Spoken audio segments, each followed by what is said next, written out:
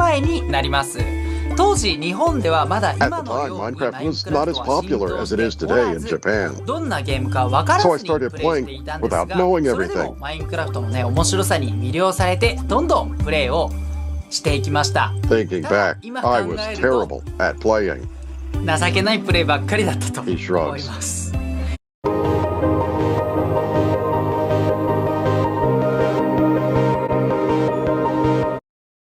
Com o resultado final todo bagunçado. Galera, a parada é o seguinte. Pra começar, como vocês podem ver, a gente tem dois boxes, o de cima e o de baixo. Então, primeiramente, vocês vão vir aqui no box de cima e vão fazer mais ou menos como vocês gostariam que fosse o resultado final da construção de vocês. その他にも危険なモンスターとの戦いを通じてマインクラフトのそしてfue ya eran más grandes. Posteriormente comenzando la segunda actualización de aventura y sí, da inicio la nueva dimensión de El Fin, dándose a conocer el primer jefe del juego, el dragón del End.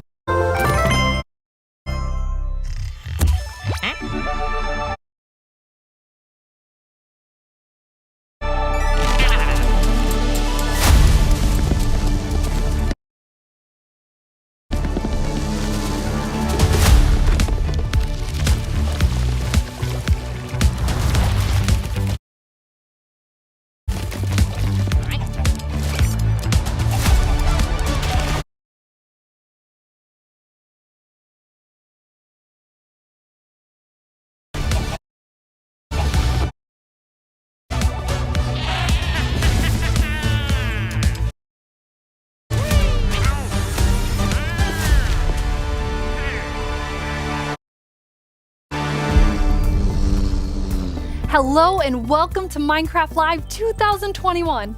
I'm your host and chief storyteller of Mojang Studios, Lydia Winters. We have an exciting show for you today, filled with all things Minecraft. You'll vote a new mob into the game, hear what's happening in Minecraft dungeons, learn how to design and play with your own Minecraft mob, find out the next Minecraft update, and much, much more. Seriously though, we have a packed show for you. The best part is that you get to hear everything directly from the cool humans making it, and they will give you the inside knowledge that no one outside of Mojang Studios knows, our best kept secrets, until we tell you all of them today. So let's do it.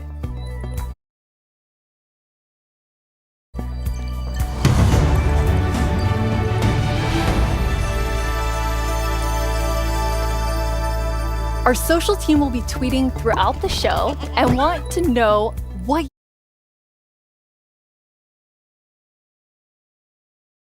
you think about everything we announce. Hang out with us here and also there.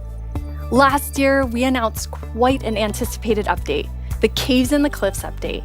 We've seen all the incredible things you've done with Caves and Cliffs Part 1 and can't wait to see what you do with Part 2.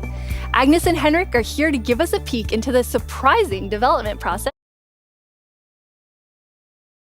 for Caves and Cliffs Part 2. Hi Agnes, hi Henrik. Hello. Agnes, how are you feeling? I'm super happy to be here. I'm excited. So excited. And Henrik, it's your first time on the Minecraft live stage. It is. It's not your first time though, right? It is not my first time.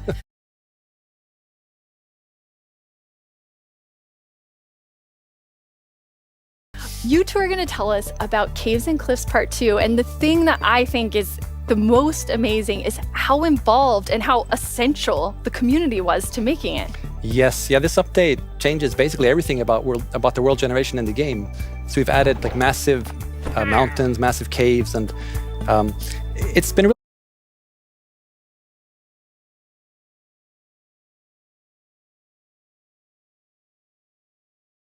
hard to kind of balance that, because we want to add all this new cool stuff, but when people are playing the game, we also want them to be able to encounter like the old familiar stuff. So this balancing act is really hard. So as designers and developers, when we test the stuff we built, how do we know if it's any good, right? How do we know if it's better? So we've needed a lot of help, and we've definitely gotten it. So we've been shipping snapshots, betas every week, and the people have been playtesting and giving us feedback. And it's just been wonderful. It feels kind of like they're colleagues helping us to build this great game. That's amazing. And you have an amazing example of someone who took a lot of time giving notes. Yeah. For example, a player tweeted at me this wonderful big picture showing across different snapshots in the same location what changed across different snapshots, and offered some opinions on that and some feedback.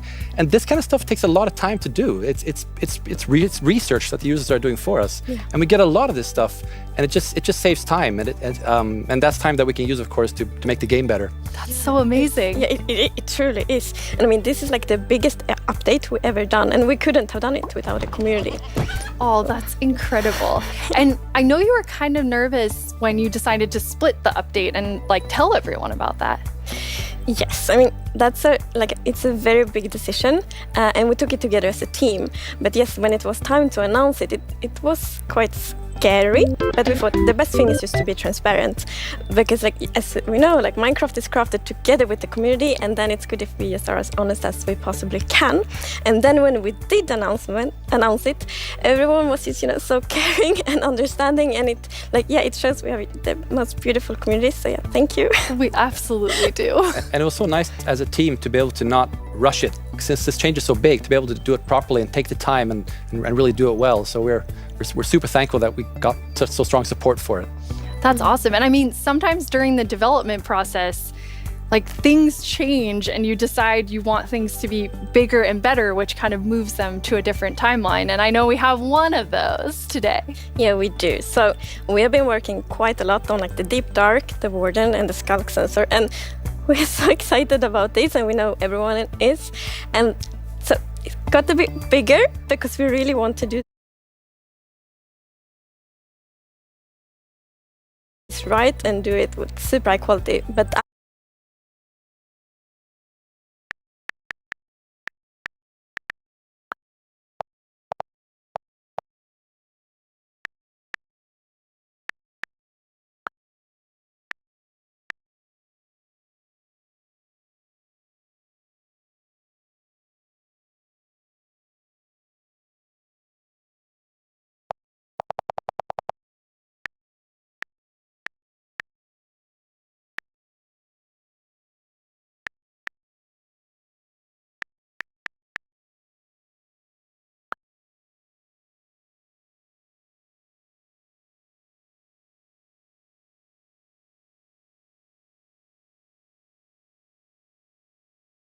that's also the reason to that we moved it to the next update instead. And we're going to talk about the next update at the end of the show, Yes, right? So we're going to show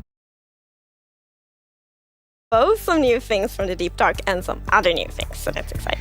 So we'll move the Deep Dark feature set into the next update.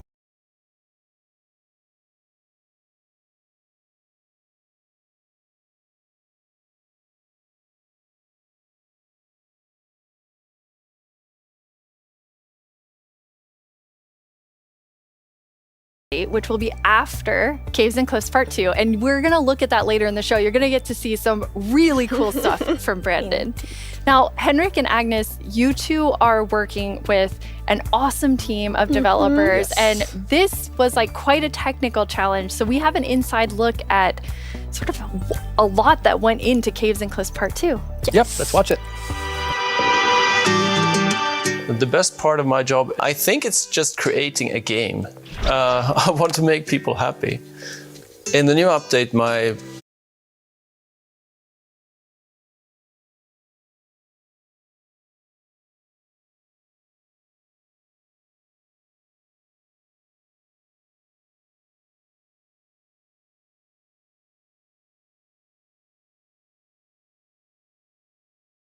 I've been primarily focusing on creating the mountains and also putting everything together in the new generation of the world. So that's the caves and the mountains and everything in between. When I started this project about a year ago, I knew almost nothing about world generation, and I learned so much. And it's really been a team effort, Java and Bedrock together.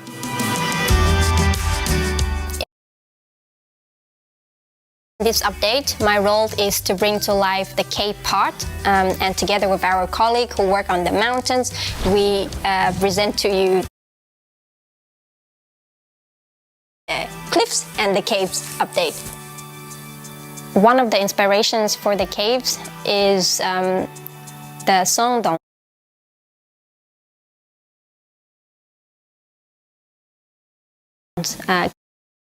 cave systems in Vietnam, because that was one of the largest cave system in the world.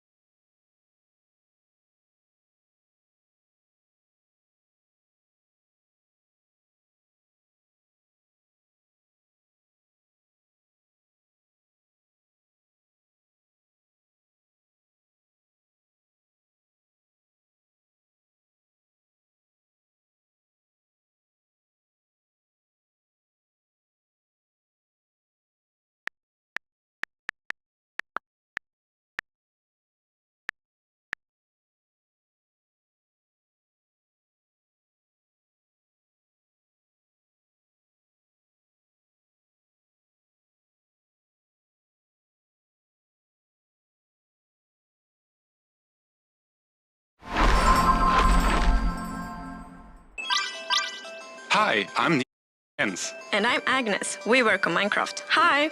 Minecraft on Earth is returning to your screens on September 29th this year. And we're calling on you to help shape Minecraft development. We'd like you to choose which biome we update next. The one with the most votes gets cool new features and mobs. Let's take a look at the options. During the Minecraft on Earth livestream on September 29th, we'd like you to choose which biome we update next by voting for it during the show. The one with the most votes gets cool new features and mobs. Our deserts have always felt a little... In need of refreshment? No, in need of palm trees. And some friendly guys to keep things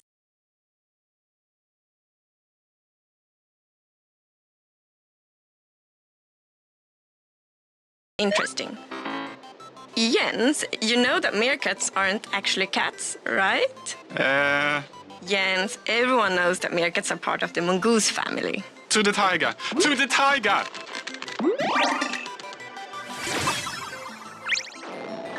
There's nothing quite as Swedish as eating fresh berries. Or enjoying a freshly crafted campfire. Why surrounded by 1 or 2 or 5 foxes? The foxes aren't planned to be a hostile mob, right, Jens? We haven't decided yet. Onwards! Yay, baobabs! They are the best trees. You and your baobabs, crazy trees with a silly name. Still cooler than termites. Ah, termites, the way they snack on decomposing plants, just adorable.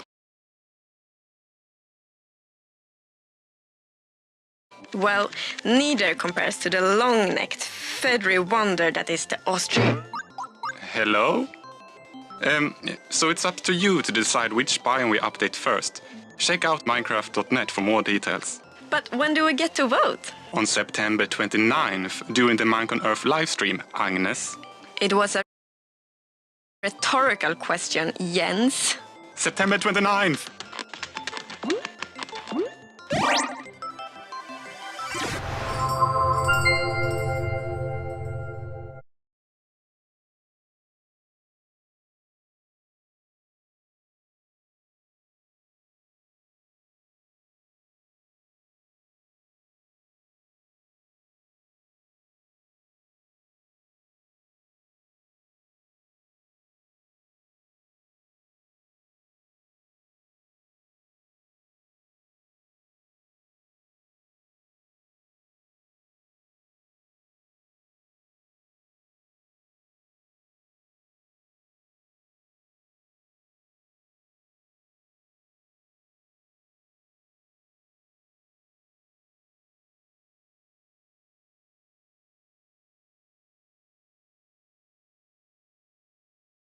And I feel so proud of it because I came from Vietnam and we get to use these cave systems in my country and put it into the game. So I felt so proud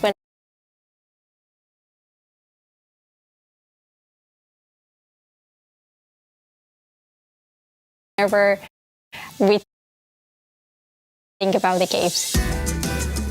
My job is to find what works slow in Minecraft and try to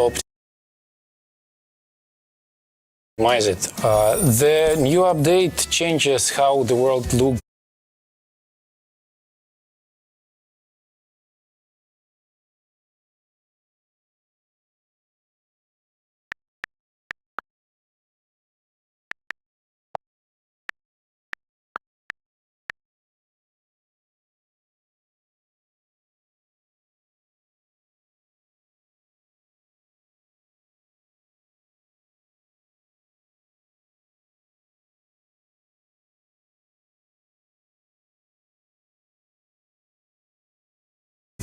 A lot, and it also affects performance quite a lot. The best part about my job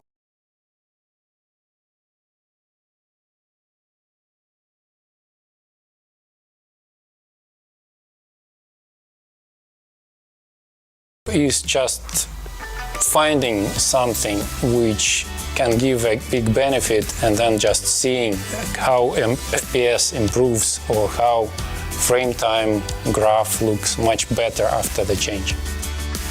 I would say the coolest part about my job is all of the wonderful colleagues that I get to work with. They really inspire me, teach me, and motivate me to be a better version of myself every day. We put in a lot of time and effort into this update, and I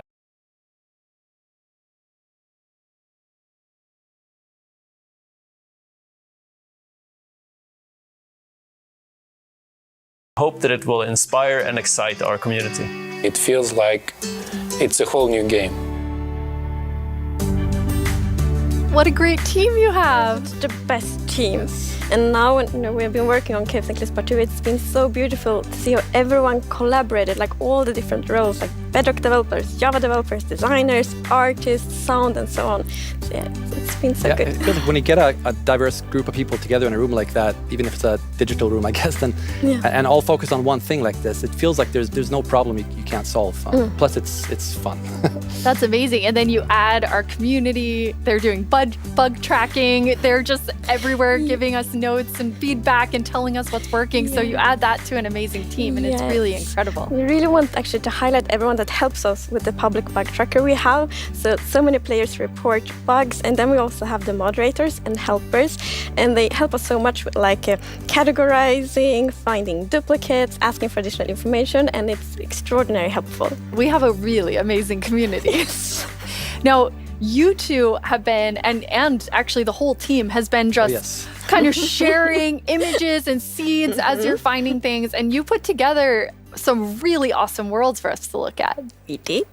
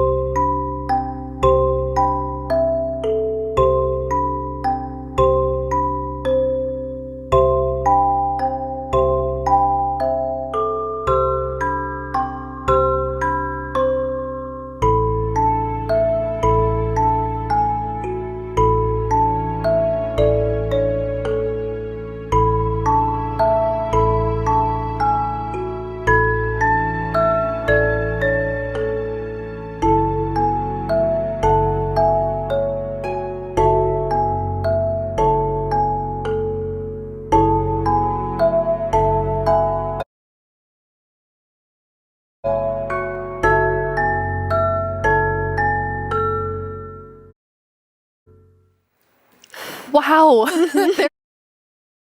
They're beautiful. Yeah, what's interesting about this is when you look at that video, initially the plan was just big mountains and natural looking cool mountains and caves, but as we started working on it, the scope kind of grew because we realized that we need to change all the terrain to make this all fit together. But once we started seeing that work, and it was so fun to see how the team started realizing that we're really onto something. This is going to be great. And seeing that inspiration spread and then also spread out to our community through the snapshots has been really fun. Yeah, and we have been playtesting a lot, and we couldn't stop playtesting because we get distracted we just all the found time. so many cool places, and I feel so inspiring, and that's what we want to do with Minecraft. We want to inspire everyone to play Minecraft in their own way, and we really feel that this new world generation inspires going on adventure, building, telling stories. So it's very exciting. That's amazing. And I mean, so you make all these changes, but then obviously we have so many players who've been playing for so long. I mean, the two of you have worlds that are 10 years old. And I just love the approach you took to keeping everything really safe for players who have existing worlds. Yes, it's very important for us to be respectful to players' worlds. And Minecraft should be a game you can trust, because if you know that it works and it will work for many, many years, then you can spend all this love and time on your Minecraft world. So in Caves and Cliffs Part 2, we have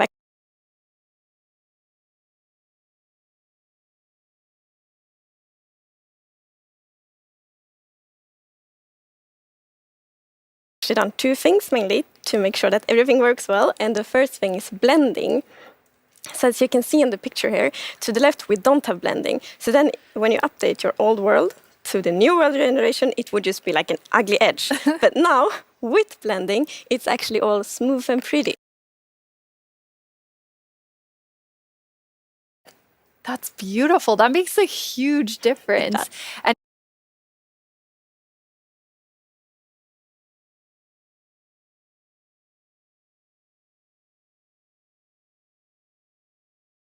Henrik, I know the other part you want to show us with your own world. Yeah. So what happens if you open your old world with a new version of Minecraft? There it is, all the old stuff we built 10 years ago.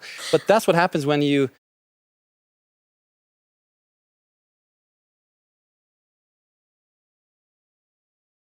open the world in 1.8. Look what I found. Yeah. Don't look, Henrik. There's so many spoilers there under your world. So many cool things. I was squinting, okay? Okay, good. That's like the first thing I got.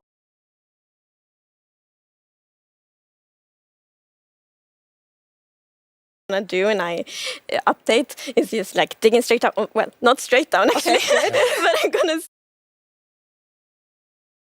see what's under my base. That's so cool. I just love that it adds so much to the existing worlds that our players have. And so you're keeping them safe and adding a lot to it. And that's also an important thing. Have creator questions, and you two get to have the first one. All right. Will Java and Bedrock get part 2 at the same time? Yes, the plan is to release this on Java and Bedrock at the same time, and also to ship it with what we call seed parity. And that's, what does that mean? So seed is this name for the magic number that is used to determine how your whole world looks like. So every world is unique, and that's driven by the seed. And when you create a new world, it gets a randomly generated seed. But if you dig that seed up, if you really like what you see, you're like, wow, this world is wonderful, I want to share it with my friends. You can dig up that number and share it with others. And then if they open a new world with that seed, they'll see the same thing. But what's new for this update is that also works between Bedrock and Java. That's amazing. Yeah. So if you create a world in Java and you think it's beautiful, you want to share with others,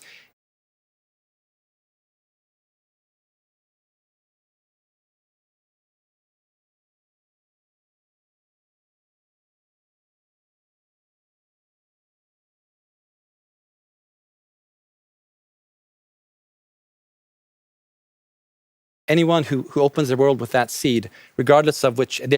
Find these amazing epic things in Caves and Cliffs Part 2. You obviously want to be able to share them. So seed parity is huge. I think everyone's going to be so excited about it. So we're not 100% there yet, but close. It's very similar. Some details will be different. But seed almost parity. Seed almost parity.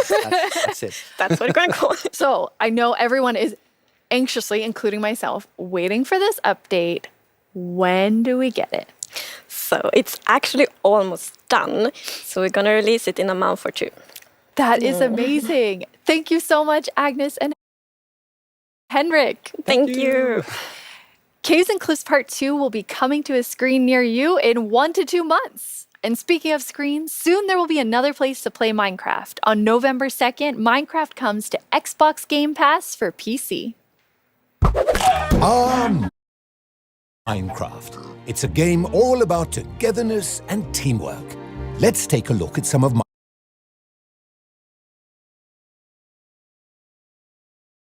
Minecraft's most terrific teams. Zombies and the Drowned. Maybe not the best example. Let's try another. Cobblestone and Mossy Cobblestone.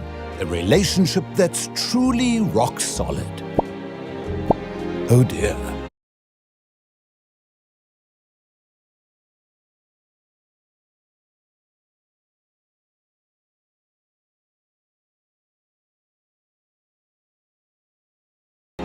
How about Steve and Creeper? Okay, maybe not Steve and Creeper. Not them. Not them either.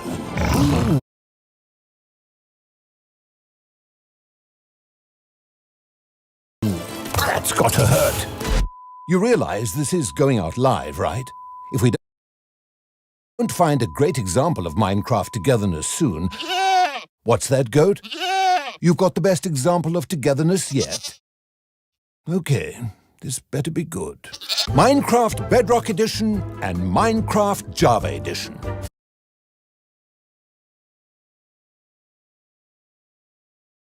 Finally, coming together for... No, that's not right. Absolutely not. That's the ticket. Minecraft Bedrock Edition and Minecraft Java Edition are coming to Xbox Game Pass for PC. We debated which edition to add to the service and decided why not add both?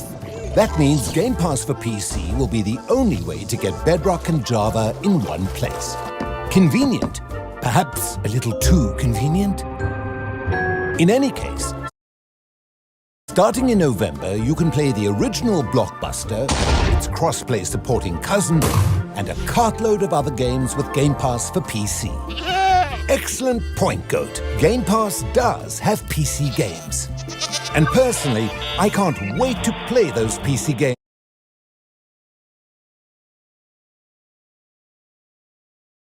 with my two best friends.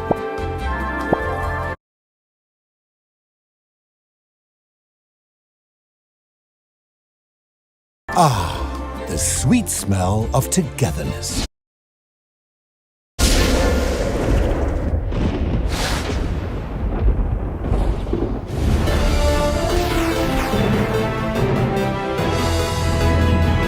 Hello, Minecrafters of the world. I'm Vubui, and I'm back yet again to help guide you through this year's incredibly important and potentially life-altering vote.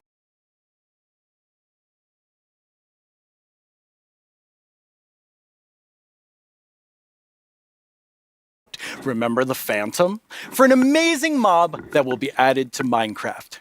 For those of you who haven't been a part of Minecraft Live before, here's how it works.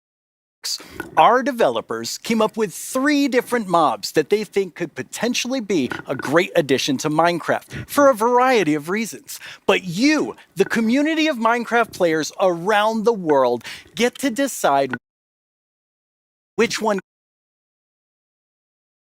gets further developed and brought into the game in a future update, and which ones will live on only in our hearts as what could have been.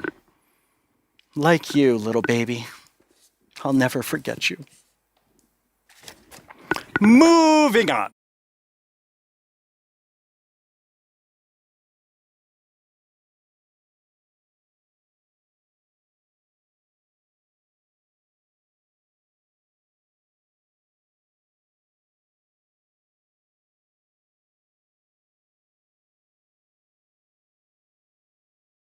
The actual winner of last year's intense mob vote was none other than the Glow Squid.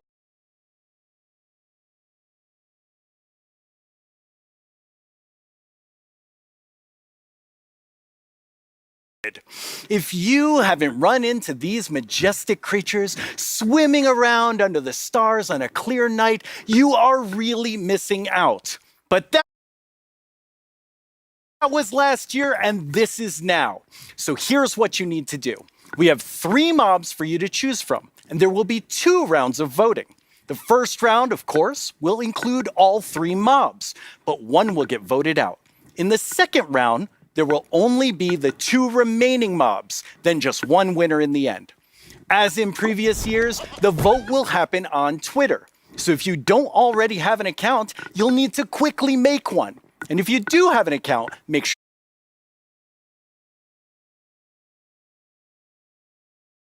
you're logged in. Then when I tell you it's time to vote, go to the Minecraft Twitter account and check out the live voting poll with all 3 mob options. Pick the one you want to see added to Minecraft and click to know what to do. Let's go over your options. And who better to talk about our 3 potential new mobs than someone who is tiny in size, but never in heart, the one, the only, Tiny Jens. Hey, Tiny Jens. So, can you help by telling What? What? I can't hear you. Hold on. Oh. I'll come up to the surface. Okay. We'll just wait. Oh, hey. Oi. Watch it there. Can you hear me now? What? I still can't hear you. Hold on. So impatient. Ooh. A little testy. Just wait. Oh, Tiny Jens, you made it. Can you tell our viewers all about this year's mobs? I'm actually very busy. I lost Tiny Agnes again. I had retraced my steps, and now I have to go all the way back down there. Oh, I'm sorry. Sorry about that. But don't worry, don't worry. I know someone who can fill in for me. Great. Thanks. Oh, okay. Bye, Tiny Jens. Jens, you're here. Hi, Boo. Hello. Hello. Welcome. Thank you. I Thank guess you. Tiny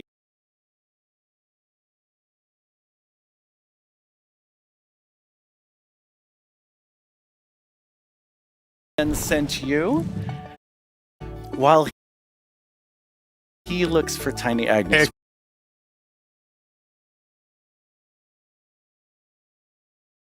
Once again. Exactly. It's a tough job. It really is. Yes. Well, since you're here, can you please tell everyone all about this year's mobs? Absolutely.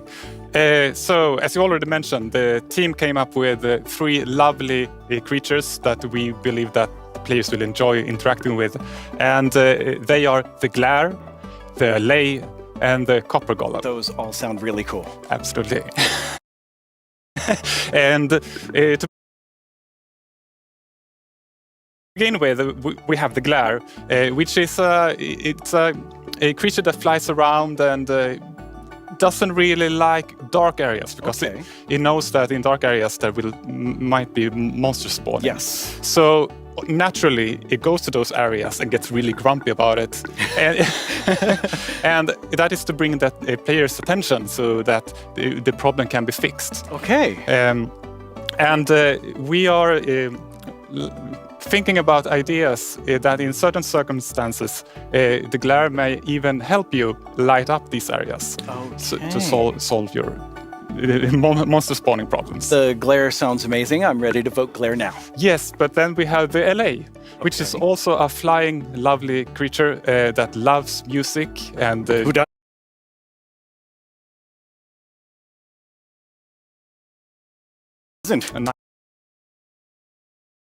Nice sounds, and if you give it an item, it will start looking for similar items lying around and bring them to you. Okay. And if you also play on a note block, it will drop the items on that location instead. That's useful. Yes, and we imagine that players can maybe use this to make the LA help you with, I don't know, sorting items or clearing up areas. Yeah. I think there are many possibilities. Okay, so vote LA.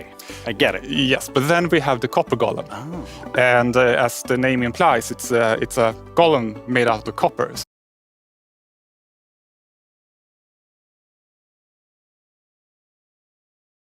It's an excellent use for copper, and it will also interact with you. And since it's made out of copper, it will over time oxidize and maybe turn into a statue. But don't worry, you can deoxidize it using an axe, or it actually carries around a lightning rod on its head, so a lightning strike can also deoxidize it. Wow! In addition, it loves pressing buttons a little bit randomly, specifically copper buttons. But it randomly presses. Yes, so that can also be used in some interesting contraptions, we believe. That's amazing. So Copper Golem, LA, Glare, all sound good. How do people choose? I think it's going to be quite difficult. But you've given them a lot to think about. So I think people will figure out what they like the most. Yes. Well, thank you so much, Jens, for coming by. I have now a creator question for you. Hola, soy el 997 de México y tengo unas preguntas para ustedes.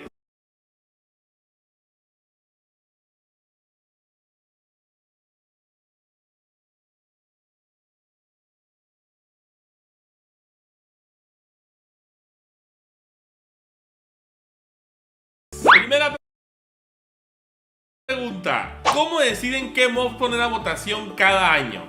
Segunda pregunta, ¿cómo se le ocurre al equipo cada nuevo mob? Última pregunta, ¿se basan en los comentarios de la comunidad de fans o es inspiración del equipo?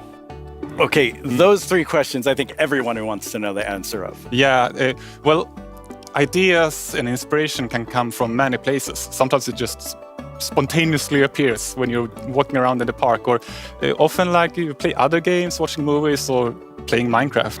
And the community is also a great help. They have so many ideas and they do so many fun things. So we have a lot of ideas to work with, and we need to figure out like which ones do we want to do next. And a good way of doing that is actually playing in the game and see which areas that can be improved. I lost my train of thought. There's so many different ways that these ideas come, and that's really exciting to hear. Yeah. So when the community votes on a mob today, that mob is going to move forward towards being in Minecraft. Like, how finished already is that mob, or is there a lot of work to do? Well, of course we have the big concept that we wanted to do, but once we have the mob in the game and see how it interacts with the areas and other mobs and items, that's when you kind of find the last magic little details to make it really great. I like hearing about the last magic details. Well, thanks, Jens. You've given everyone a lot to think about. All right, now you know what your options are. And if you already knew, you know a little more about them. Soon, I'll let you know when the first voting round goes live. For now, let's take a look at something pretty fantastic coming to Minecraft that you don't even have to vote on. Earlier this week, Lydia spoke with Fanny and Quinn from our awesome creator team over in Redmond to get a first look at some interesting things they've been working on. Each year, we show you some of the cool new things made by our creators for Minecraft Marketplace. This year, we're going to do that and show you how to start creating Minecraft things yourself. I finally made my first mob. It's very weird. Fanny and Quinn are here to tell us all about how we can all become creators. Hi, Fanny and Quinn. Hello, Lydia. Hey, Lydia. It's so great to be here. Like, just so exciting to talk about our creators, and what a better place to do it than surrounded by the art that they have created. I know. I walked onto the set and I was like, oh my God, those are Jollycraft skins. Those are Cupcake Brianna. That's Ka Studios. It was so cool just seeing all of their skins and worlds and concepts all on the wall. They are really amazing. I mean, the creativity from our creators, those names, that makes sense now. It's just mind-blowing. Before we get too far in, though, we should probably explain to everyone what is a creator?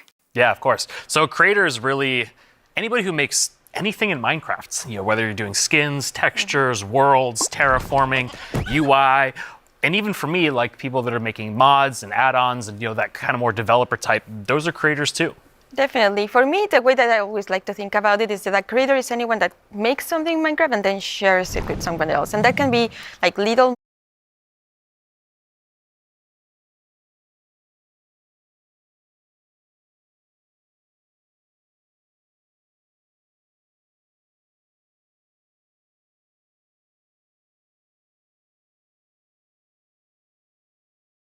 sharing it with their friends at school, or that could be a team of creators that sell something in the marketplace, and then everything in between, right? And our mission really is to empower all of them to make whatever their imagination is telling them to do. We want to really give you all the means, documentation, tools to be able to do whatever you want to do.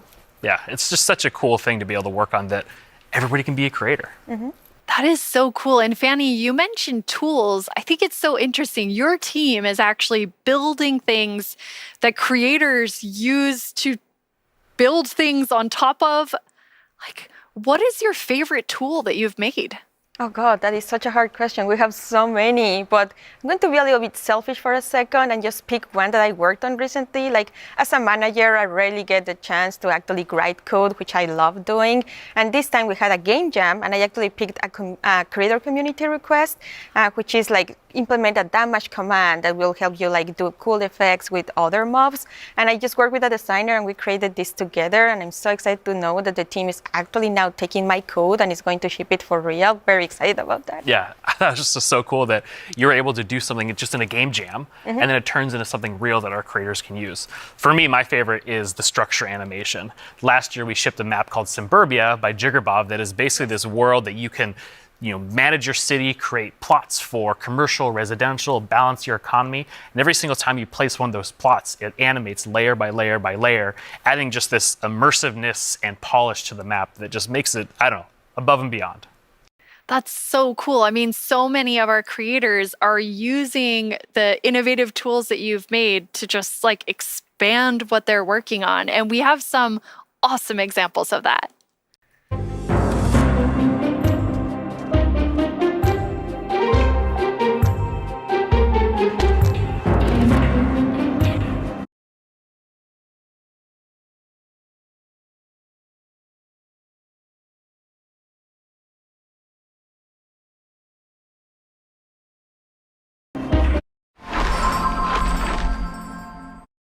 And I feel so proud of it because I came from Vietnam and we get to use these cave systems in my country and put it into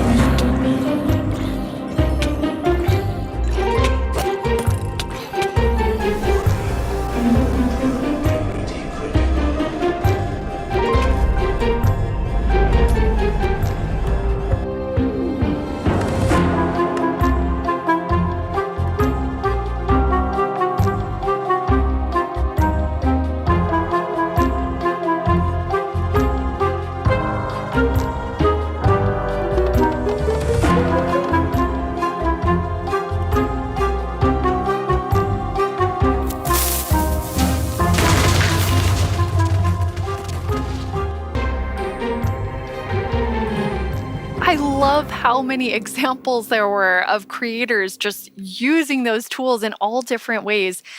What's that like for you to see, Fanny, when your team, you've all been working on making those things for our creators?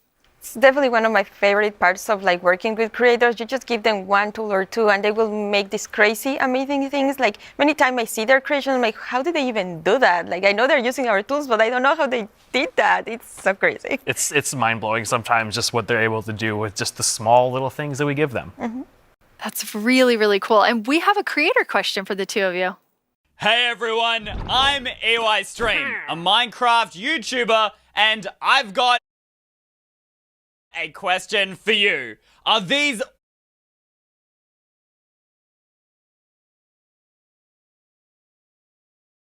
awesome features just for people who have experience in modding or creating content?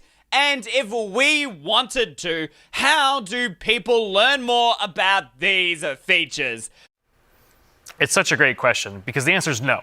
They aren't just for, advanced modders or people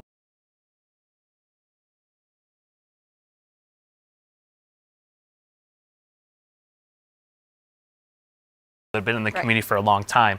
We actually just launched a new website we call Learning Portal. It's on minecraft.net/creator. And on that site, it basically links out to all of our resources to how to learn how to become a creator, learn how Minecraft content creation works. It also links out to our brand new documentation site that allows you to just go super deep into learning the components and learning entities. And then the coolest thing that we added, which is how we made our mobs, is we use the Minecraft entity wizard, which is created by Yanis, and it's a Blockbench plugin that allows like super easy creation of mobs that you can add to your own Minecraft game. Hello everyone, my name is Yanis. I'm a software developer and Minecraft content creator.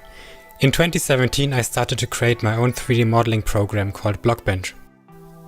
The program is all about creating boxy, pixely models, which makes it perfect for the Minecraft art style.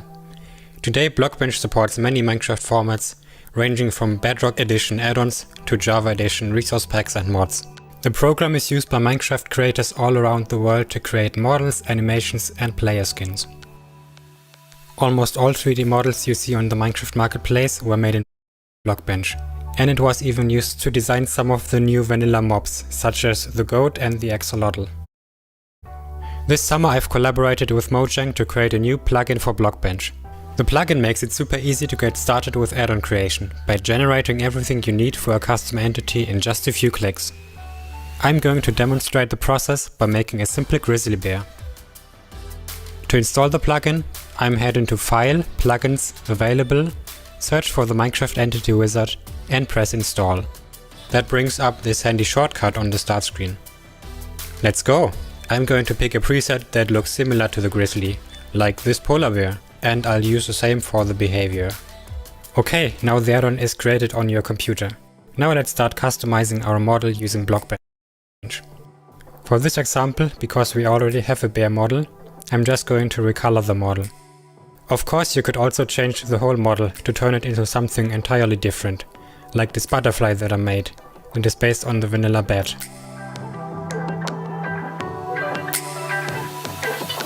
Okay, this looks good. Now I'm going to press save and switch over to Minecraft. I can find our new grizzly bear pack in the behavior pack section and simply enable it.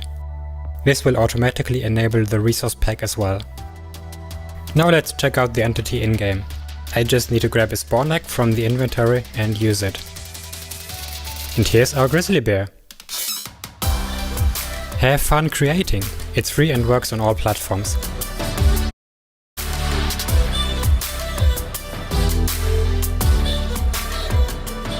I already told you all that I made a mob, but actually all three of us made mobs because we wanted to showcase that anyone can be a creator.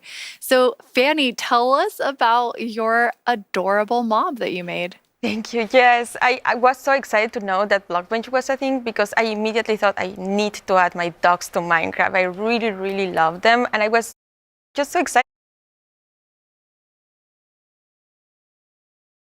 Like Blockbench made it very easy for me to just obsess over every single detail. Like every pixel was like, does that look like my dog? And then I also modified the geometry, especially the tails, to look like the exact twist that my dogs have. I really obsessed a lot, and I was very happy, especially when I was able to add my own animation. I'm definitely not an art person, and I just made it so that it like wiggles their tail when they're sitting.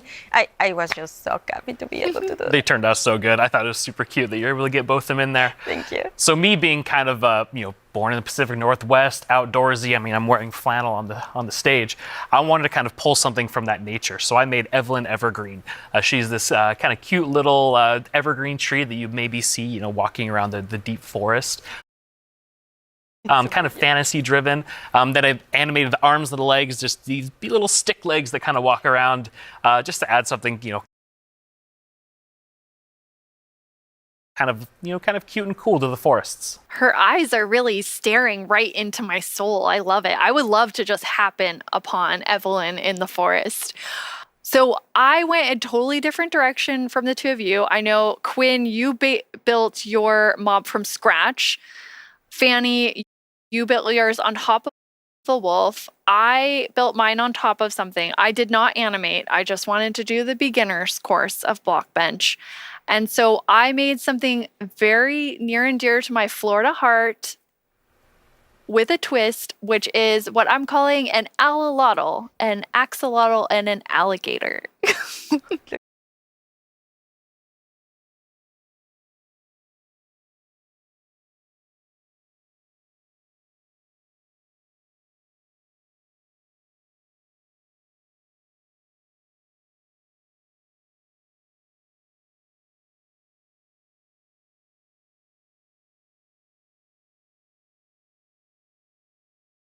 So kind of like a little dragon. It does look like a little dragon. It's a pretty good mashup there. I think it's great.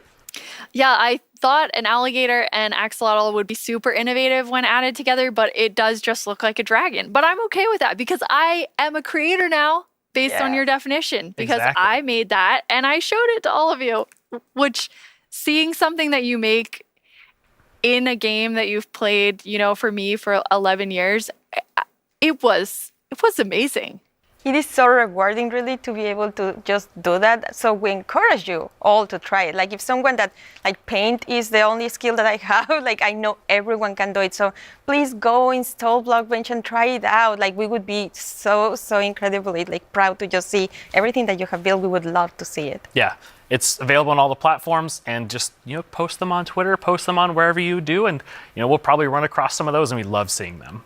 Oh, I can't wait to see what everyone else creates. And I mean, I think that our mobs are definitely ready for the mob vote next year. So we don't even have to work on anything else. These three are perfect. I'm going to have to talk to the team about that. So we're not professional creators, obviously.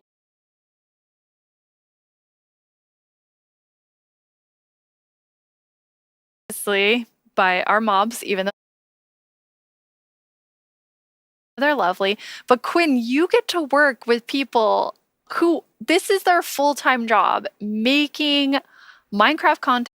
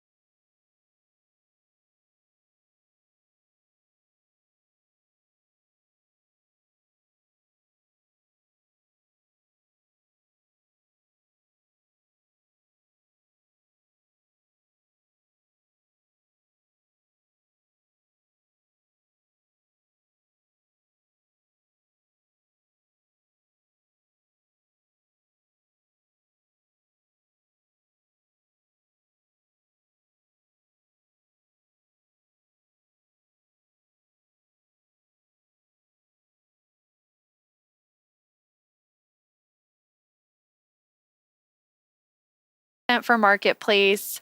What is that like?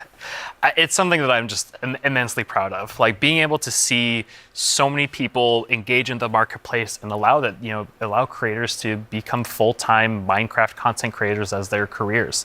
I mean, I think it's incredible too because the marketplace doesn't just support these huge studios, but we also have really small independent creators that make just texture packs, or like Shalaquin Schematics. That's just a family on the West Coast that makes their own worlds. And the fact that the marketplace can support all of them and make it their full-time jobs is something that is just so cool. There's so much new content that our creators have made that we put together a video with some of our favorites from this past year.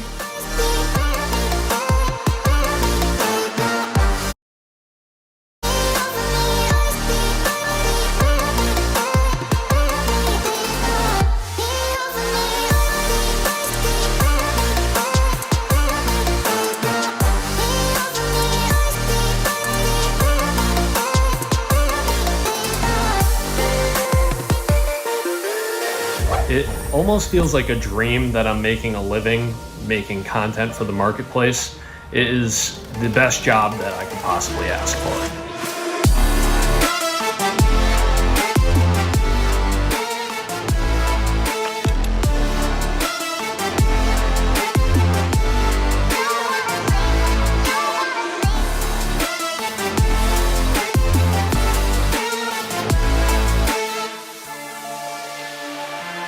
We just got to see some amazing reactions from the fans, and people love the map, and that's just so heartwarming and lovely to see, and it really does put a smile on our faces.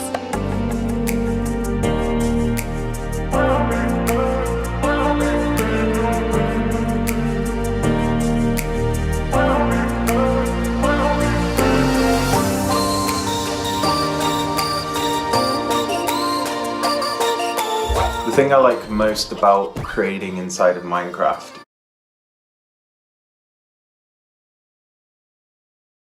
is the community that's been built up around it. There's so many amazing creative people, and it's been a privilege to be able to meet and work with so many of them.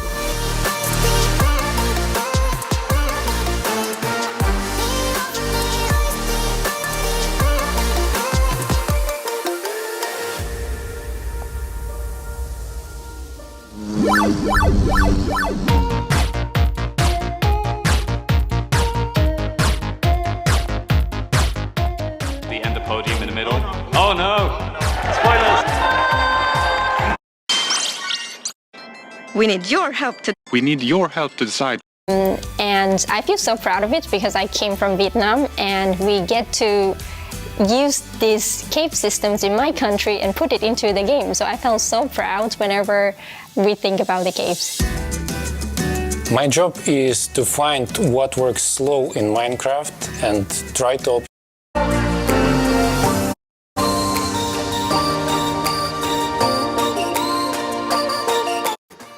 amazing creative people, and it's been a privilege to be able to meet and work with so many of them.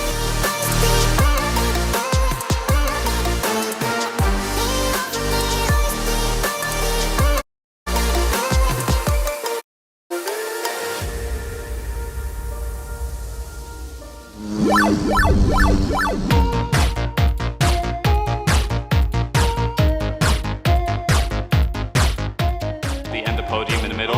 Oh no! Spoilers!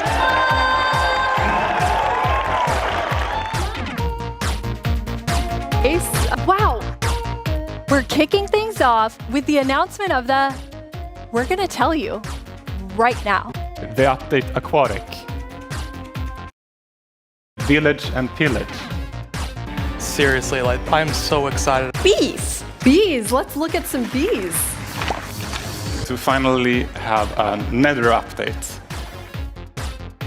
Holiday update will have the cats, pandas, bamboo and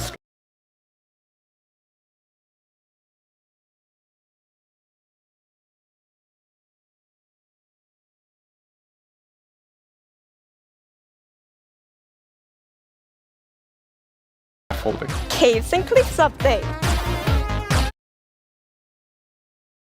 Update. Holiday update will have the cats, pandas, bamboo and scaffolding. Caves and cliffs update.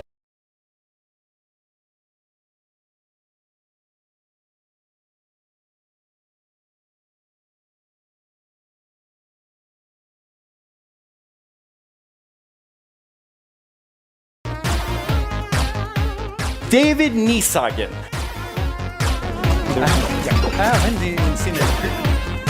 I am the one that gets to decide how difficult the bosses are.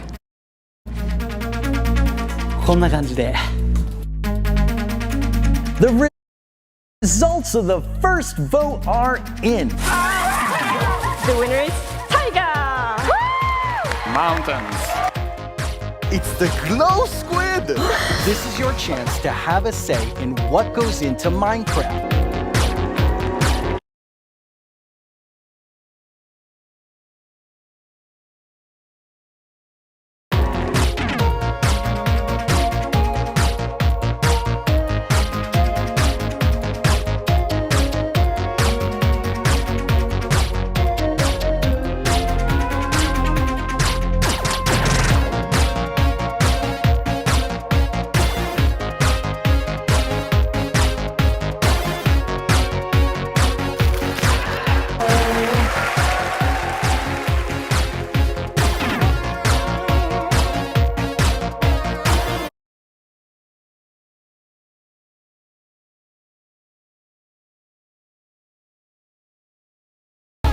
Go, go, go, go, go. What should I do now? Moppy!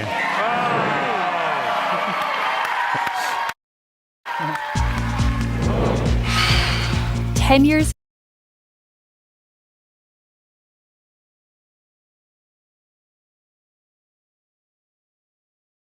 ago, I stepped on the Minecon stage for the first time. I still get nervous and excited every single time I'm on this stage, but mostly I feel incredibly honored to be in front of you. I hope what you see and feel from each of us at Mojang Studios is our passion for Minecraft and our gratitude to all of you in our amazing community. Okay, now before I get even more sappy than I was, let's head over to Boo and hear more about the adorable mobs that you must pick between.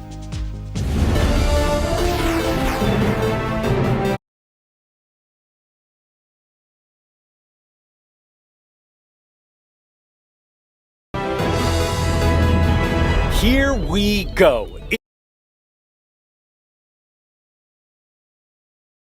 It's almost time to vote. Before we do, though, let's take a quick look at your choices once more. We have the Glare, a mob that lets players know when they're in an area that's dark enough for monsters. You can bring it with you, and it will fly to dark areas. When it gets grumpy, you'll know that it's dark enough for monsters to spawn. Then there's the allay. If you give it an item, it will collect matching ones for you. It also loves music, so if there's a note block nearby, that's where we'll drop these items for you. And finally, the copper golem. A little golem that you yourself can make out of copper. They oxidize over time and will eventually freeze into statues. They love spending their time randomly pressing copper buttons, which would also be added to the game if the copper golem wins the vote. So those are your choices, and they are all so amazing. How will you choose? Jens gave us a lot to think about.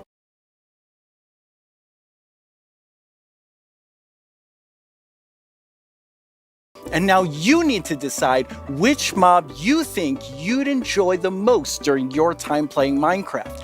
Any of them would be useful, but choose your favorite and go vote for it now. Yes, that's right, the poll is now open.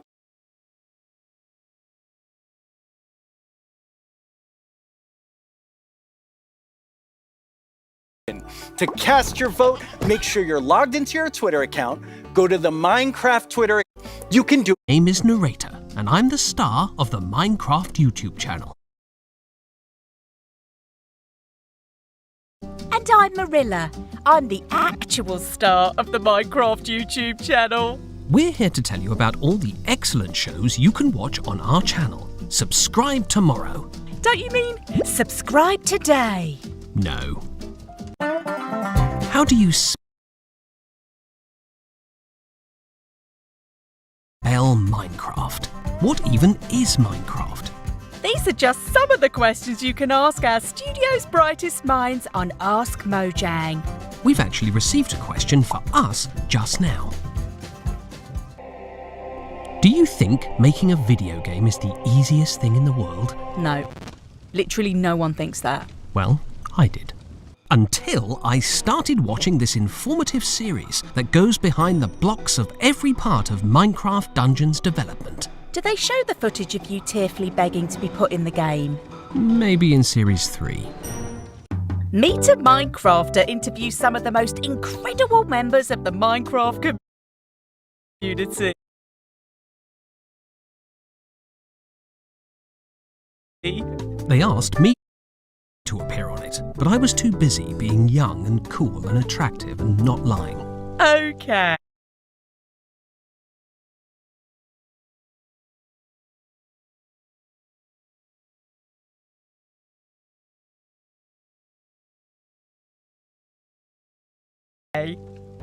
With so much happening in the world of Minecraft, it can be easy to lose track. I myself only recently learned that blocks have been added to the game. Subscribe to our channel and you'll be the first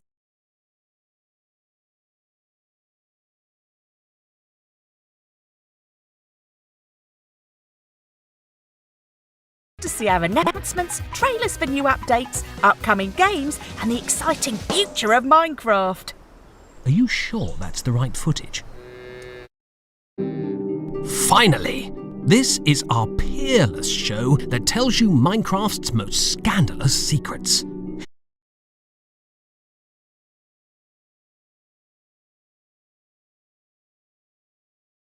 Every month, We're out of time. Bye!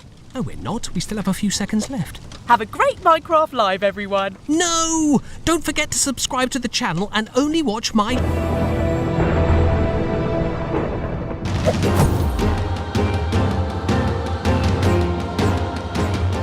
Now let's welcome Laura to talk all about Minecraft Dungeons. Hi, Laura. Hi.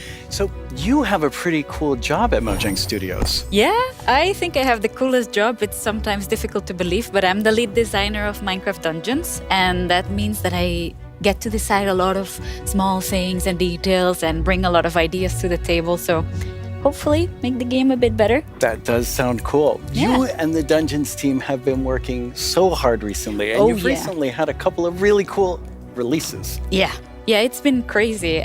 We recently released to Steam, and I did something that they never recommend you to do, but I did it anyway, and I read the reviews, and That's dangerous. Yeah, it was, but it was so positive. It was so full of excitement and love for the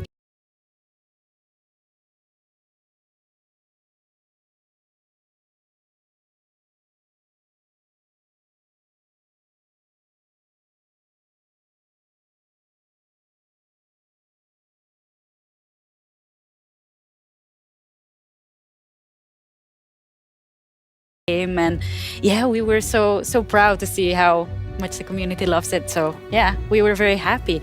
And also this week we've released the Spookier Fall update, which brings back a lot of spooky modifiers to the game, gear, a new cape, a new pet, and there's my new favorite armor, which has a spoon steering in your head. I love that one. Yeah, it's lovely. I like it so much. It's a lot of fun to stare at while you're playing, but it might distract you a little.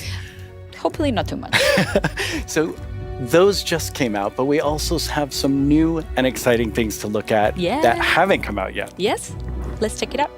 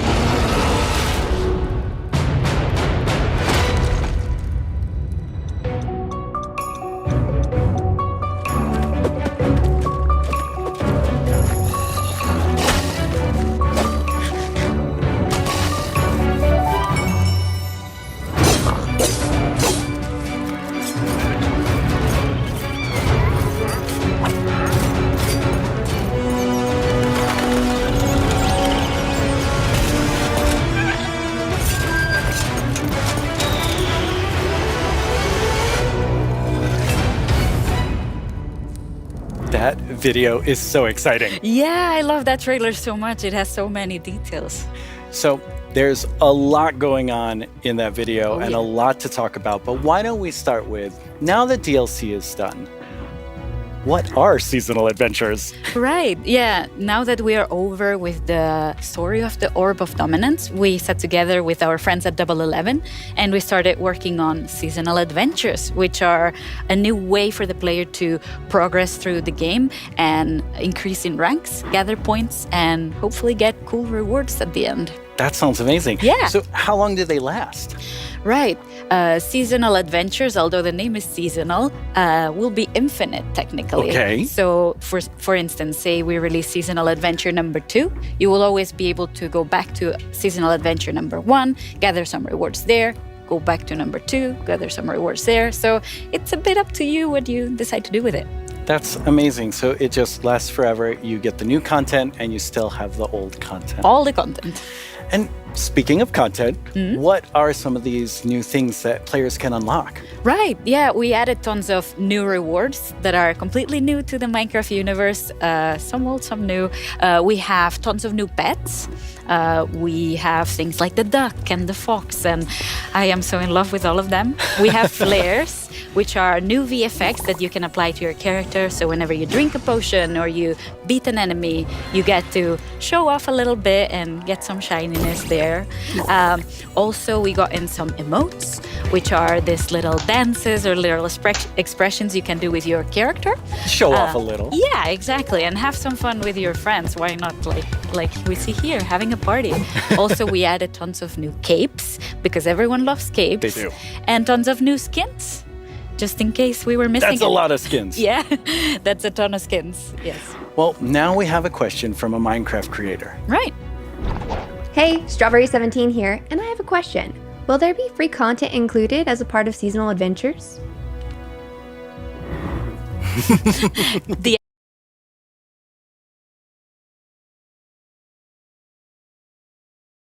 answer is yes. We always try to make sure there's content for everyone, regardless. So for seasonal adventures, there'll always be a free track and a track you can pay for. So there'll be different rewards in each, and you'll be able to get whichever you want at any time. So yeah, we wanted to cater everyone. That's great. So how do you earn rewards? Right. You will be able to get adventure points all throughout the game, meaning that doing the regular stuff you do, you'll get them. Like, say you beat a daily trial. At the end of the daily trial, you get adventure points. Also, we implemented new weekly challenges. So we'll ask you, like, this week, if you beat 100 zombies, you'll get extra adventure points. That's a lot of zombies. Yeah, but people do it so fast. I'm always so impressed. And also, the best way to get adventure points is in the tower. Okay, the tower, which we have not spoken about No. yet. So what is the tower? The tower is another free single-player feature that we've added to camp. So you'll be able to see this gigantic tower in the camp. I love how it turned out. And it is a space with 30 different floors, each floor harder than the one before. And you'll get to fight in arena mobs. You'll get to fight bosses. You'll get to meet some new tower inhabitants. And yeah, hopefully explore around and be able to test your skill. So you will start with a completely blank character from the bottom, and you'll be able to find new gear as you progress. Okay. So yeah, the floors get more difficult, your character gets stronger, and you can test your skill. That sounds really fun. So let's take a look at some live gameplay of the tower right now. And for that, we have JP. Hi, JP. Hello. How do you like my throne? I think you...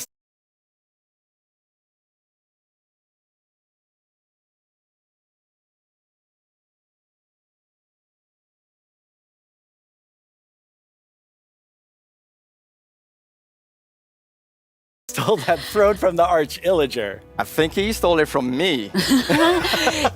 Looking Speaking so of sure. my stuff.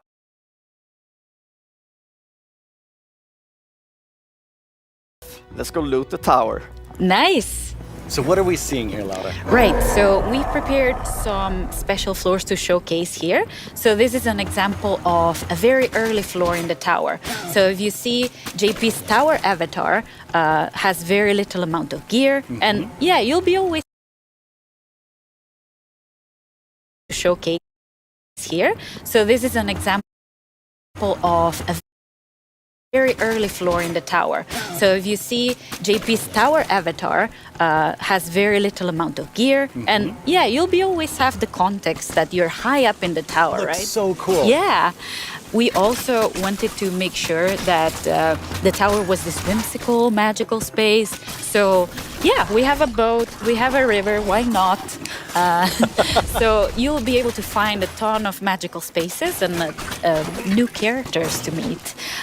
So yeah, this level is quite easy, as you can see, since it's very early on. Yeah, JP's doing really well. Yeah, exactly. Oh, and we can see a sneak peek up there in that balcony. That's our tower keeper. Very cool. Yeah, that's a character that will guide you through the tower and yeah, will guide you around and ooh. Wow, JP did really well. Yeah, Maybe it was, he was a little so fast. too easy. Yeah. So each of these levels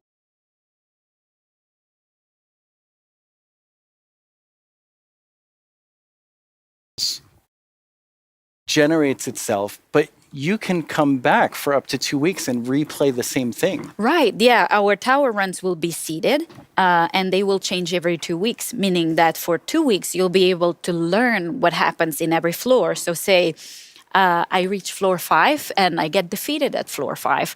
So then next time around, I'll remember, I should have chosen a different weapon and then I bet I could have done it. So yeah, you can share that those tips with your friends and you can learn together. So we try to add new exciting combinations.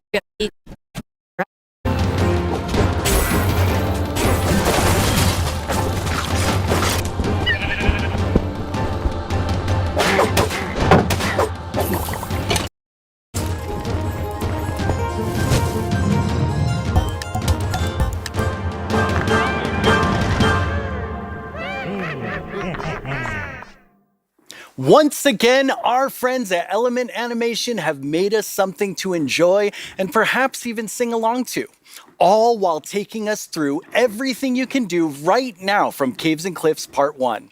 Try not to get this one stuck in your head all week. I only say this because it's been stuck in mine. Hey, you two! Have you discovered all the features in Part 1 of the Caves and Cliffs update? There's brand new colored candles and the lichen makes rocks glow. You'll find some amethyst if you look inside a geode. The buds grow into clusters, then you get shards when they're mined.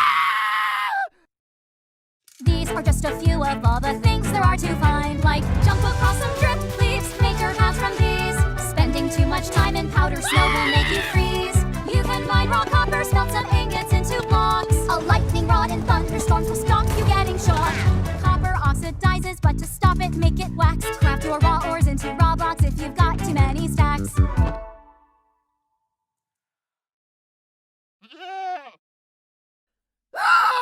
You can find axolotls in the water underground.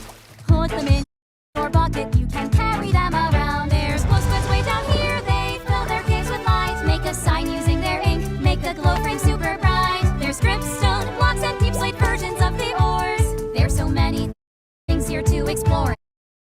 There's so much more. There's so much more. Oh, well, it's been quite the turnout for our first round of mob voting.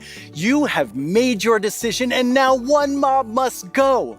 We have the Glare, the Allay, and the Copper Golem. But you, the community, have spoken, and now one mob must leave the race. And that mob is the Glare. So that still leaves two amazing mobs to choose from. Which one do you want? Will it be the Allay or the Copper Golem? How do you see yourself playing and interacting with them in the future? Which one will make your game life easier or more fun? Or like the Year of the Phantom, way more terrifying? Don't worry about what anyone else wants. This is all about you and how you want to play Minecraft. But make your decision quickly because it's time to vote again. There's a brand new poll just posted to the Minecraft Twitter account with only these two mob finalists to choose from. Make sure you're logged for schools, homes really didn't love your chance on Twitter and click the your chance to change Minecraft. I know who I'm going to vote for, and I think I can see Jens voting right now.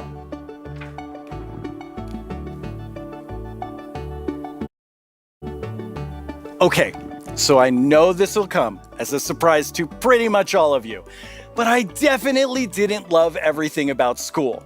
Maybe that would have been different if I had Minecraft in my classes. Minecraft Education Edition is available for schools, homeschools, and after-school programs.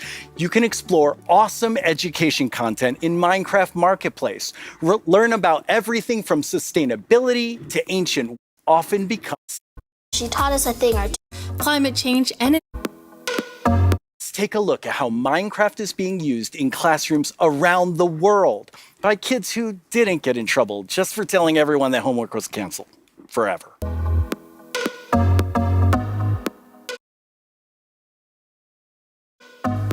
Young people all over the world are using Minecraft to explore issues that matter like social justice, climate change, and indigenous rights. we have different classes such as Braille and Sign Language. We reached out to one of our teachers who learned Braille and she taught us a thing or two. Take a look at what these girls built, a school of the future. They thought about clean energy and inclusive design. An interesting fact about our building is that we use coding to build a playground. It was very fun to make. Students in India and Malaysia translated ancient myths into Minecraft worlds. Under the guidance of my educator Kamal ma'am, I would like to present to you an indigenous tale, Chiri and Ka, from Punjab, the land of 5 rivers. In Canada, Australia, and New Zealand, classrooms are using Minecraft to explore indigenous cultures. And they're not just building blocks, they're building super useful skills. Games like Minecraft prepare you for the future, teaching us how to work together, solve problems, and even write code. Normally in school, it's like, here's this, do this, off you go. But now,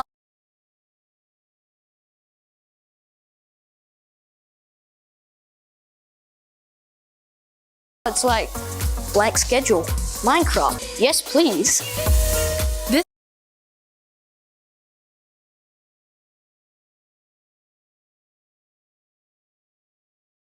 Summer, students imagined a greener New York City in an epic citywide esports battle. I don't know about you, but I wish I had this in school. I think I would have been all over this. Oh, absolutely. Kids in Wales designed more sustainable rugby stadiums. Teams of students built turtle habitats and wind farms. And in Slovakia, young people imagined a bee sanctuary in Minecraft. During this build, I learned that bees do this thing called swarming.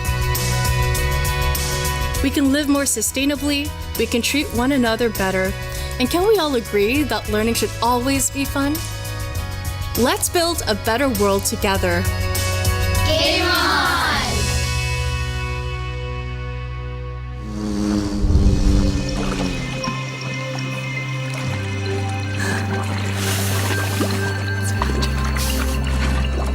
Now it's the big moment. Let's talk to Agnes about the next update. Welcome back, Agnes. Thank you. How's the show felt for you? Super good. Like, I think it's a really fun show. And also, of course, we've shown so many exciting things. Absolutely. I mean, I'm feeling quite nostalgic since this is number 10. And I have to say, I was the 7th employee, the first woman on the team. And when I see you leading Minecraft, I just feel so excited about where we're going. Thank you. That was very sweet of you. And of course, we many that lead it together, but I'm like the creative lead, and I'm super happy about that. But it feels quite surreal because I also used to be a Minecraft player and love this game, and I'm very happy and lucky to be here. Yes, I think we all feel that way, and it's so cool having so many people on the team who play and love it and care about it, and like we all feel like. I mean, we are part of the community too. Yes, we definitely are. And now, Agnes, you are going to reveal to us what the next update is. Yes. Okay. So the next update is called the Wild Update. The Wild Update sounds very, very intriguing. So what does it encompass? So the word wild mainly means like two things for us. So the first thing is like beautiful nature. And the second thing is like really scary challenges and adventures. Oh, that sounds awesome. And so what we're going to do is we're going to have some of our gameplay designers come and tell us more about specific things about the Wild Update because there's these different parts to it. And we have the first one here, which is our Deep Dark expert, Brandon.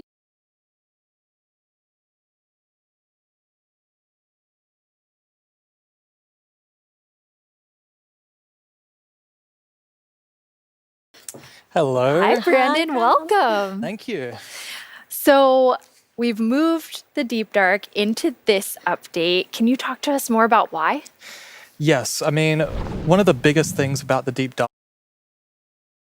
and the warden and the skulk is that it's just expanded, it's gotten bigger, and we really wanted to make sure that we did this right and that we didn't just rush it.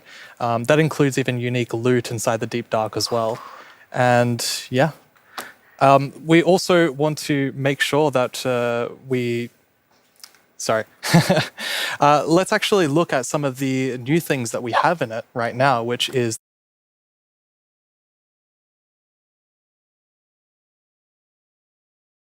the ancient cities. That's awesome. I can't wait. Oh, wow.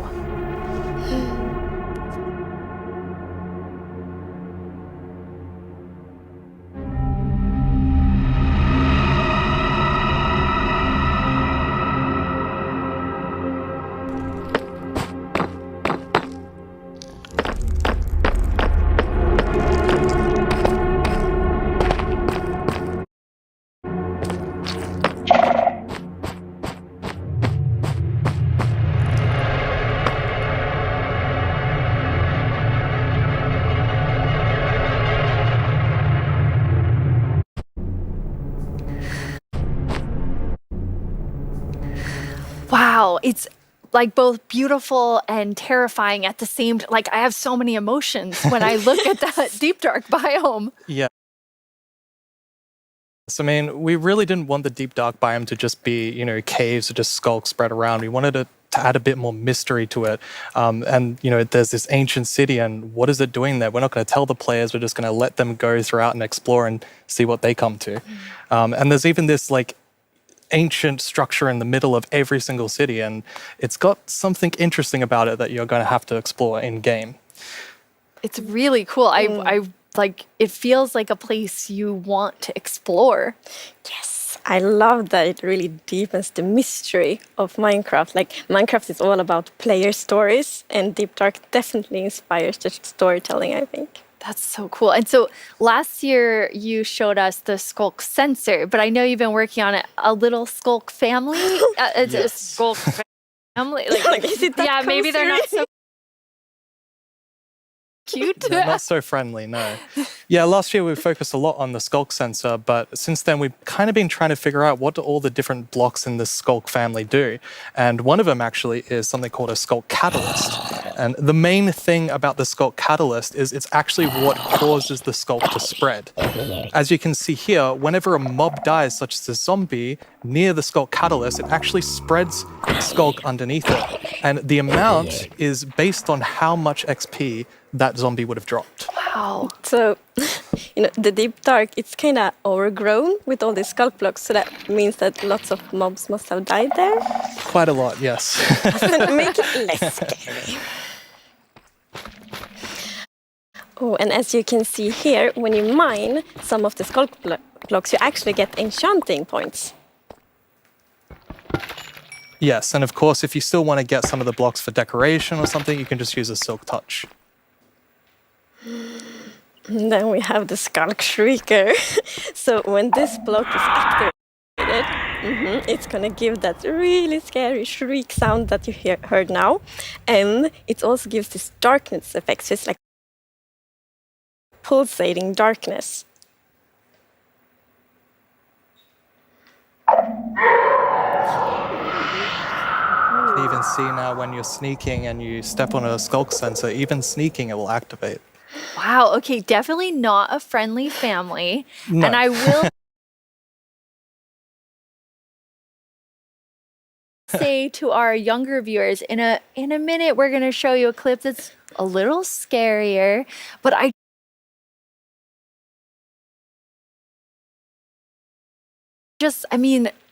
Brandon, those have so many things that players can do with them. Like, Yep. what do you imagine them doing?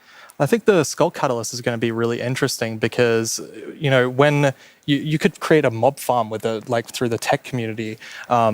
Usually when a mob dies, it doesn't drop XP unless you, the player, actually kills it. So with this, you might be able to create some sort of XP farm. Ooh. There's lots of opportunities. Cool. And you can build like experiences for other players. Like imagine building like a haunted mansion or a really dark forest, and then you have the shriekers. Terrifying. So then, when players out walking and then they activate the shrieker and hear like, That's amazing. Or you do that all around your world, and just whenever anyone's visiting I'm you, not going to visit your world. shriekers are just shrieking. We have a community question for you. Hi, it's Jinjam from Germany, and my question is,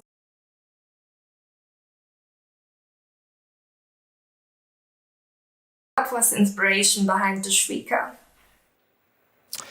Yeah, I mean, that's an interesting question. From the art side, we actually had the inspiration behind the human larynx, which is like the vocal cord or vocal structure or something, just something that represents kind of creating sounds.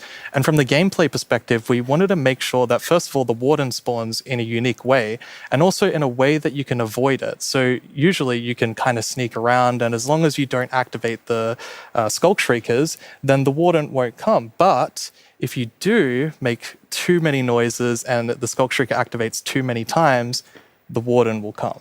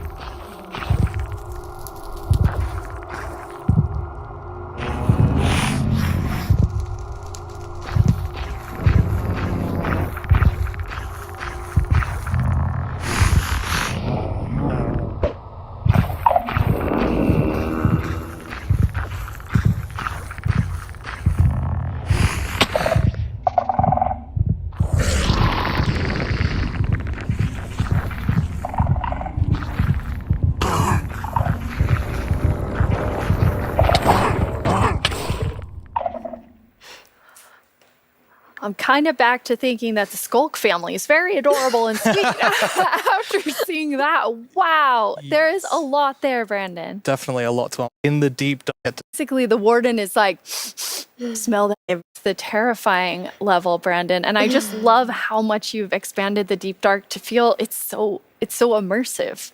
Yes, definitely. It's really amazing. Thank you so much for joining us and scaring us half to death. No worries, that's my job. He's so expert. Like if you want to do something scary, it's like, Brandon. Thanks, Brandon. Thank you so much, Brandon. So Agnes, the deep dark is one part, this sort of very adventurous side of the wild update, which the name is starting to really become clear after talking to Brandon.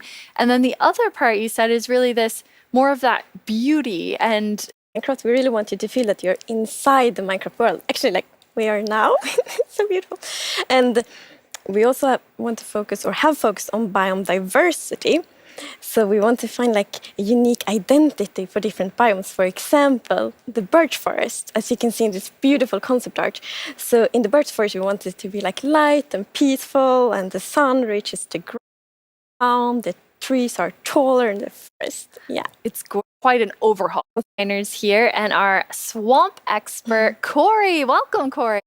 Hi, Corey. Hey, it's absolutely wild to be here. Oh no, Corey. Puns are so quick to start. It's Corey after all.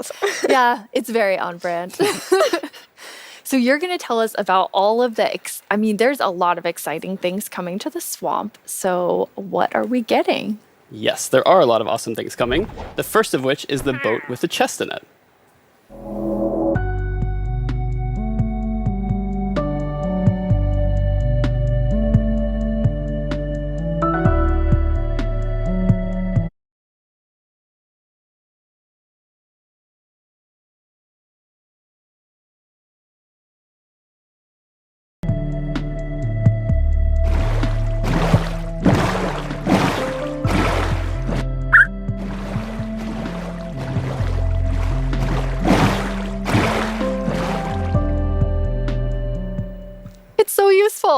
And relaxing. Yes, and especially now, in Caves and Cliffs Part 2, we have even wider rivers, so it's easier to travel on water, so it's going to be like extra useful. Yeah, and like in the aquifers as well. Yes, so like when you go rafting in the caves, you can like put your diamonds in the chest in your boat. Oh, it's that's really nice. amazing. And you've been working on what I think now will be my favorite tree in Minecraft. Yes, we are adding the mangrove tree to Minecraft. So as you can see here, this is a propagule, and propagules grow from mangrove trees. They're actually like ready to grow mini mangroves growing from the mangrove. And you can see here the mangrove tree grows propped up on root blocks. It has vines hanging down from the leaves. The propagules are actually growing underneath the leaves. They actually grow from the leaves themselves. And I really like how the propagules are looking here. And okay, I'm just gonna nerd out on propagules for a minute. Okay, so in real life, the propagules grow, like I said, from the mangrove tree. And then when they fall into the water, or like let's say they fall into water, they can float for up to a year before they plant themselves in the like water underneath the water or on land, wherever they happen to land. And mangrove trees themselves are actually amazing for like local ecosystems, fighting climate change, for local communities. They're just super trees, and I'm really, really excited that we're adding them to Minecraft. That's awesome. And this is the first sapling that you can plant underwater. Yeah, you can plant it underwater and on land as well. That's so cool. When you first showed me the mangroves and you talked about your favorite thing, the propagules, I actually remember playing in mangroves in Florida, and we would use them to like write in the sand because they're super cool. That's adorable. So seeing them in Minecraft is just so exciting. And of course, where there's a new tree, there must be a new wood type. Yes, the mangroves do come with a new wood type. And like always when we add a new tree, we are so happy. Like we get so many questions from the community like, will there be a new wood type? and therefore we're so happy that we were able to add a new wood type for the mangroves. And look at it, I think it's really pretty. And you also don't see like all the blocks here. It's gonna be like a full set for the wood types. It's gonna be like doors and trapdoors and so on. That's gorgeous. I love it. I'm so excited about mangroves, but I just need to mention another thing. Because we decided to go with like really big roots, and I think those are so cool. And we actually prototype quite a lot. For example, when you like go with a boat, and then you can go under the mangroves, and I think that adds such a nice feeling to it. Yeah, like in this picture. It's really nice atmosphere. That's beautiful. I really agree. And like when I was testing, I really loved that feeling of like being underneath it, being like just this huge feeling. And I wanted more. I wanted to be surrounded by mangroves. So I was like, why don't I just make a mangrove swamp biome where I'm completely surrounded by them? So as you can see in this video, walking around, you're just completely surrounded in the mangrove swamp. It's just mangroves as far as the eye can see, just like in real life. And you have all the mangroves propped up on their roots, growing in the water, so you can take your boat underneath like Agnes likes. And you're just completely surrounded by the awesome beauty of it. It's so beautiful. Oh, and I mean, during sunset, every time I was testing, I would actually like pause the day-night cycle just to watch the sunset in the mangrove swamp. It was super beautiful. That's absolutely gorgeous. I noticed that was not dirt. Good eye, Lydia. That was wet dirt, otherwise known as mud. That's amazing. So you've actually added mud to do something really cool. Yeah, so we're adding really cool renewability mechanics to mud. The first of which is if you take a dirt block and pour a water bottle on it, then you can get more mud. And then the other one is if you take your mud block and you stick it on top of the dripstone, it will sort of like drip the water out of the mud and eventually dry it out, which turns into clay. I love the renewable clay. Like I always need more bricks. So perfect. Yeah, your local mason isn't going to be super happy with you though. That's actually true. I have this one mason, it's diamond tier mason in my village, and I always trade with them. You're taking a villager's job. They might be a bit upset now, but still renewable clay.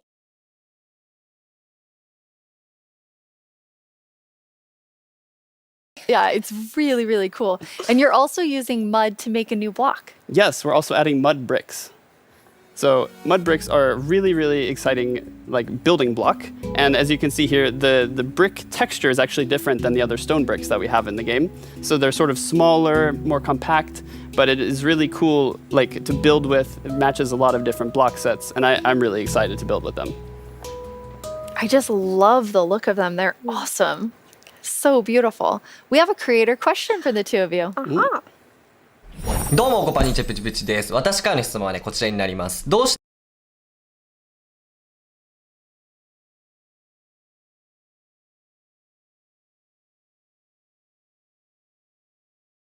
泥レンガを追加することにしたのでしょうか? I'm so excited they asked this question because I really wanted to answer it.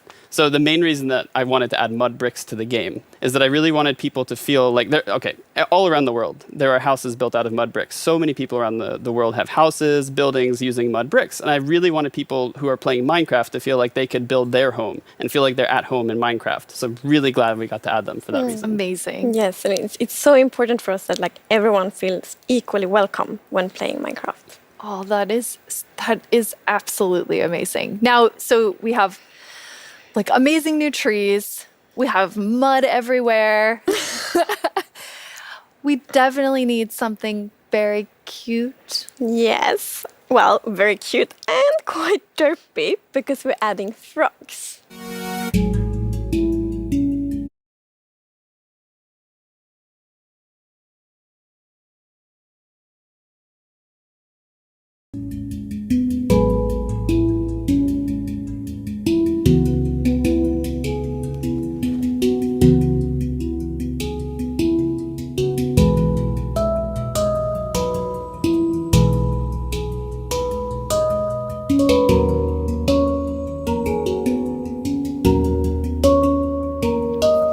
They are cute and derpy. That's the perfect description of them.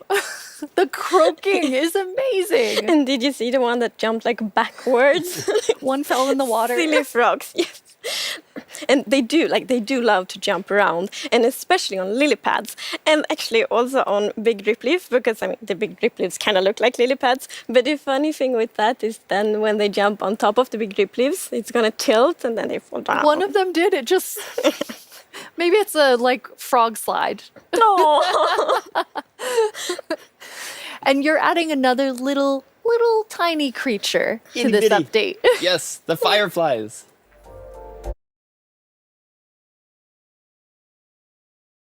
So you can see them roaming around, adding a lot of ambience to the swamp, making it feel just nice and cozy at night. But really, my favorite part of them is just making the world come to life, like feeling like there's life going on all around you. And oh yeah, also their frog food. Yeah, I forgot to mention that. They're frog food. Poor fireflies. Yes. Yeah, but look how happy that frog is. Yeah, and That's they're beautiful frog food. So you can both enjoy them in the atmosphere and the frogs get to eat. So that's, Everybody wins. Now, we're calling them fireflies, but Corey, is that what you called them growing up? Actually, no, we called them lightning bugs. I did too. And in Swedish, it's eldflugor, and that's actually literally translates to fireflies. Okay. It's very interesting. It became like a lot of people talking about what you called it growing up. But we're really excited to have fireflies or lightning bugs in the game. I want to know more about baby frogs. Yes, so all baby mobs in Minecraft are just like tiny versions of the grown-ups, but with frogs we're actually adding tadpoles.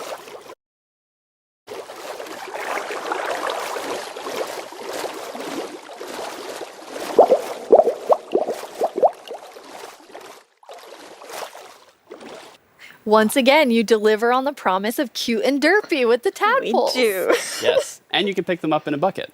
Yes, and that's actually extra helpful for the tadpoles because we have frog variants, and when a tadpole grows up, it will pick a variant depending on the temperature in the biome it grows up in. So for example, if it grows up in a really cold place, it's going to turn into a snowy frog.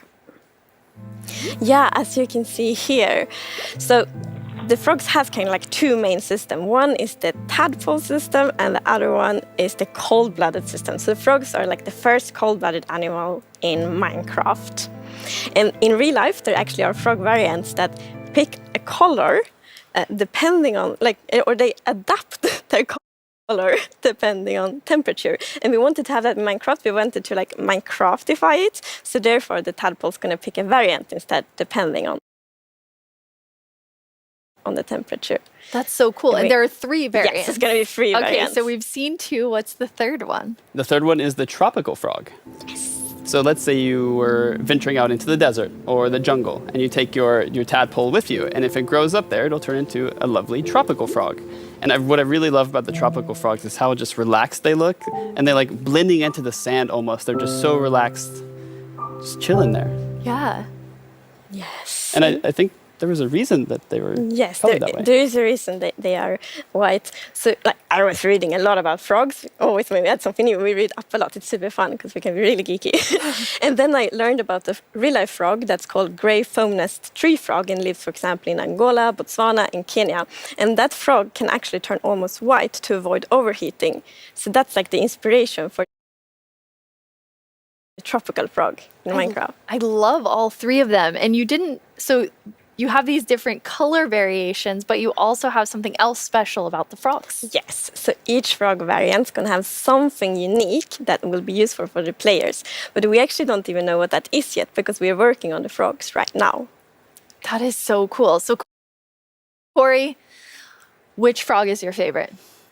Oh, it's got to be the snowy frog. They look so cozy. Ooh, I'm tropical frog. I'm very interested to see which one the community loves the most. I love them all of them. Yeah, exactly. Thank you so much for joining us, Corey, and taking us into a deep dive of all really cool swamp things. Yeah, happy to be here. Thank you, Corey. Thank you, Corey. I'm just going to hop on out of here. Bye, Corey. So many puns. I like that though. This is quite an awesome update. I mean, I really see the name for the Wild update. You get a bit of everything in it. Yes, and I love the contrast. Yeah, as you can see in this pretty concept art, it's really like that beautiful nature and the super terrifying deep dark. And I love that contrast between these 2 things. It's absolutely amazing. Well, we're getting close to the end of the show, and as always, the time has flown by, and a lot has happened during this show. So let's look back at some of the biggest announcements, and then we will reveal the winning mob.